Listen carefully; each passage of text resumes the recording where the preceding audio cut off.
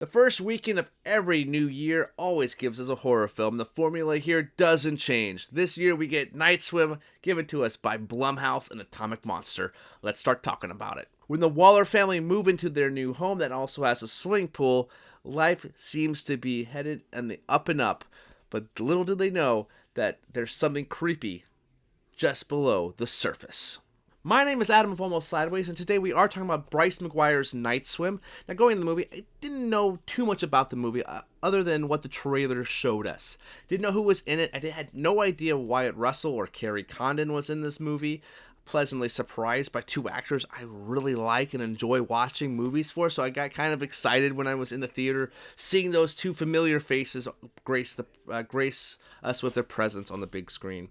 Surprised that they're in this film too, especially being of the first weekend of January, which has a reputation for being a very forgettable weekend at the box office and the theater going experience as well. There have been some memorable movies at the box office. I think Megan came out last year, which around this first weekend time, which was something that people still talk about and really have enjoyed. I can think of Escape Plan from like 5 years ago. I did just repost the review on our YouTube channel, so definitely check a look at that. I'll maybe link it in the show notes down there. So anyway, it's a very hit or miss weekend at the box office. So who knows if we're going to remember this movie down the line, but I was kind of pleasantly and shockingly excited for the movie because I kind of dug the trailer. I think the trailer does set up some really interesting atmospheric tones for it, a unique horror location, and it looked kind of pleasantly, like really surprisingly good. Just that one scene of the kids playing Marco Polo in their swimming pool and the lighting and how it flickered, and it really gave out those creepy vibes. So of course, kind of pleasantly, excited for it. Got me a little bit excited for this first weekend film here.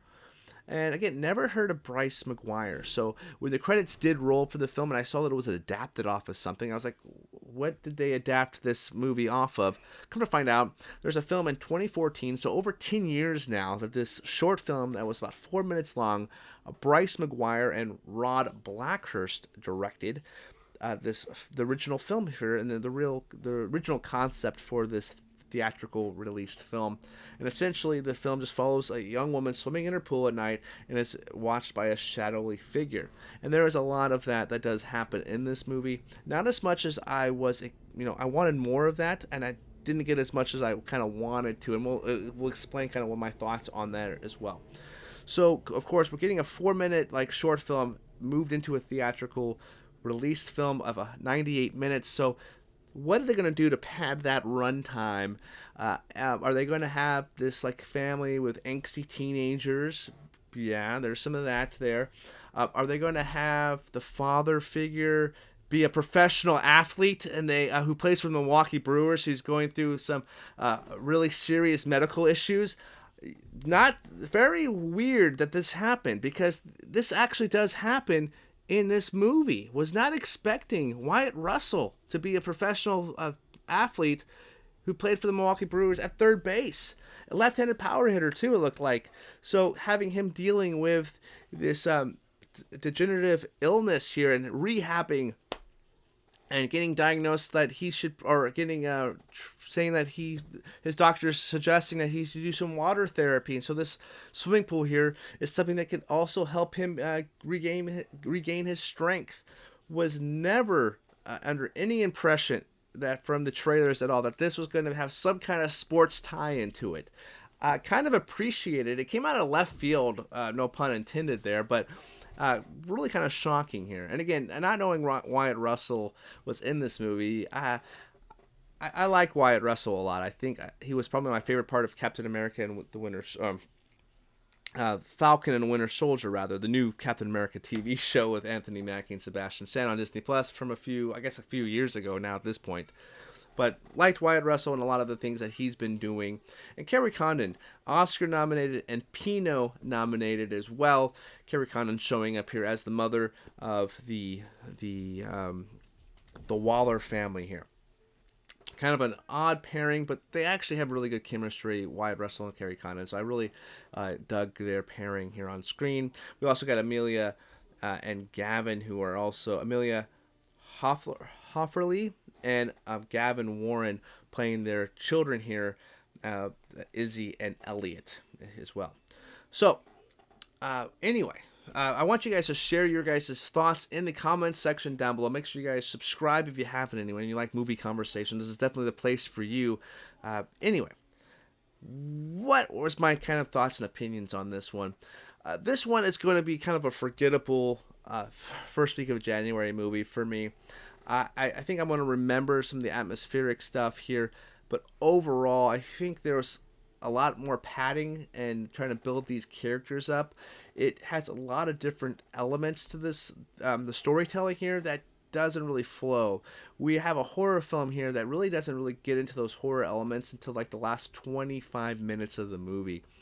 We have a lot of building up of the father figure here, where he does, has the degenerative illness, and he's going to the doctor, and he's getting treatment, and you're seeing him being tested for his illness, and also there's a lot of swimming here that happens, but it's a slow build before you actually really something eerily is going to happen, because there's a flashback scene at the very beginning of the movie, but we really don't get to see a ton of crazy stuff. You kind of slowly get stuff that around this pool gets revealed slowly throughout the film to each of the family members, and then like the last 25 minutes are like, oh yeah, there's this twist here, and we're gonna go this direction here and go super eerie and creepy. And quite frankly, watching the movie, I felt that I was watching little bits and pieces from several different movies.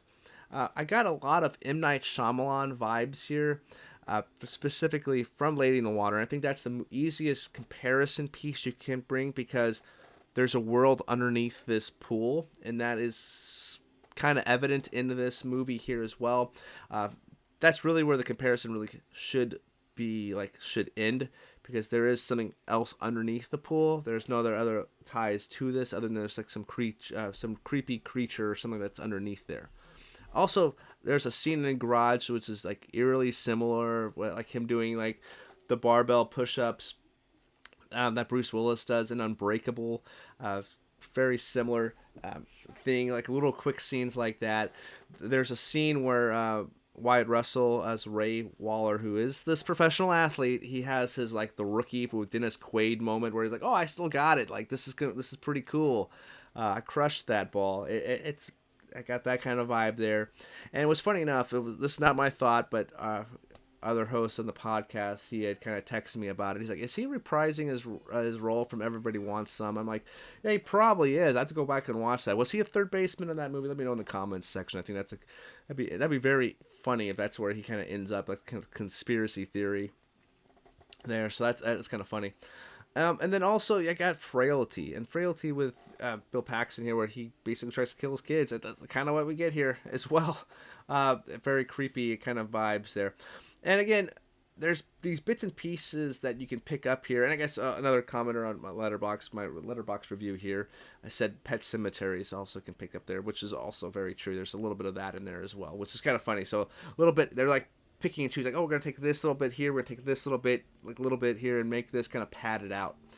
And again, there's some good concept here that kind of works, but at the same time, there's not a whole lot of meat to this story. It's a concept that sounds good on paper. It's not padded out too much. And while there's moments here that you can kind of like feel for, like I liked the stuff at night when they're swimming, and you get like a lot of the cool imagery. And I think the camera work here is kind of really well done. It follows like the camera moves with the strokes of the swimming here. There's a lot of cool underneath shots, so they're like swimming above the camera and they're capturing what they're swimming up above. I kind of like that. I don't know why I like that camera angle a lot. That's just something I've always kind of enjoyed, different things when I see that. So some of the camera work does work here and sets up that kind of atmospheric tone. The lighting of the pool is crazy. The jump scares, you know when they're going to happen. The creature, while you don't really get to see a whole lot of it, has a kind of a unique, interesting design. Again, we don't really know too much about that, because I think if this movie makes money, they're going to make a second one. I just have that feeling, and that's where you probably get the idea and the origin of whatever's lurking under these pools in this well, or whatever the case may be. The family, while they do have, their chemistry and their moments together, they're really kind of standed out by Wyatt Russell and Kerry Condon. They are the backbones. They kind of the heart and soul of the movie. They are by far the best acted performances here. It's crazy that they both are in this movie. I would never have guessed they would have been in this Night Swim movie, and it's definitely kind of like the movie they're not going to talk about years down the line. Like, oh yeah, I was in Night Swim. It was a great experience type of thing.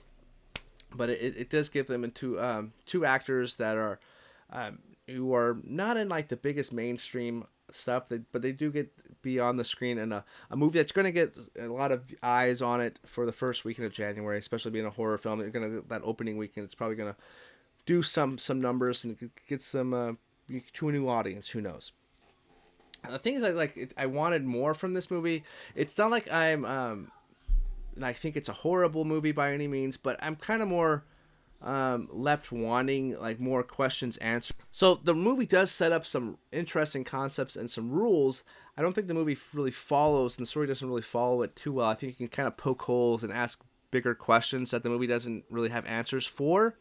And so that way, in that instance, I'm more left wanting more and kind of disappointed by the film that we did get. I enjoyed aspects of the movie, but it was kind of more of a disappointing experience. It's something that I'm not going to be remembering for in a few weeks, mind you, but it's something that I have seen worse, I've seen better. This is something that's going to be right in the middle here, and it's not going to break any ground. And unfortunately, I'm kind of at like 1.5 stars for it. It's definitely a movie that I don't hate myself watching. I just wanted a lot more from it, and we only got like those moments that you were looking for this movie to deliver in the back half of the movie, in the last 25 minutes. And this movie is very PG-13. I don't think they really cuss at all in this movie. There's really like no scares. There's really no deaths that they show on the camera. It is a strong PG-13 movie. Like if there wasn't even like a single jump scare or death or a scary monster, this could have been an easy PG movie, probably. It's a very PG-13, so it's very accessible for those new horror fans. I think if you're trying to introduce your kids to a horror movie, this is a good like jumping off point. This is literally like jumping off the diving board like into horror. I think this is a good place to start here because a fan of the genre, this is something that you're going to probably maybe disappointed in, but a new person getting into the genre will probably really kind of enjoy. And the audience, I think that I was with, were kind of, at times we're on board for the movie, but at other times we're like, this is kind of dumb at the same time. So that's where I'm at, 1.5 stars. But that's just my thoughts and takes on Night Swim from Bryce McGuire. What did you guys think of the movie? I need to hear your guys' thoughts and takes in the comments section. Make sure you guys like, share, and subscribe here on YouTube. And we are also a podcast. All the follow-up and the links are down in the show notes down below. Again, my name is Adam of Almost Sideways.